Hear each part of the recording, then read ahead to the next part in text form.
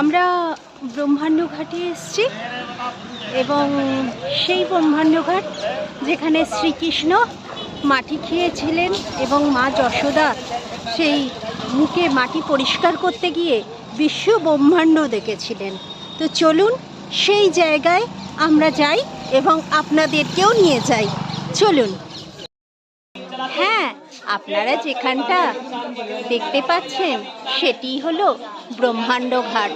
শ্রীকৃষ্ণ যখন মাটি খেয়ে ফেলেছিলেন, মা যশোদা সেই মাটি পরিষ্কার করতে গিয়ে দেখেছিলেন বিশ্ব ব্রহ্মাণ্ড শ্রীকৃষ্ণের মুখে, এবং সেই বিশ্ব ব্রহ্মাণ্ড দেখে মা যশোদা অজ্ঞান হয়ে গেছিলেন। হ্যাঁ, আমরা সেই বিশেষ জায়গাটিতে রয়েছি, সঙ্গে রয়েছেন আপনারাও। কেমন লাগছে অবশ্যই জানাবেন।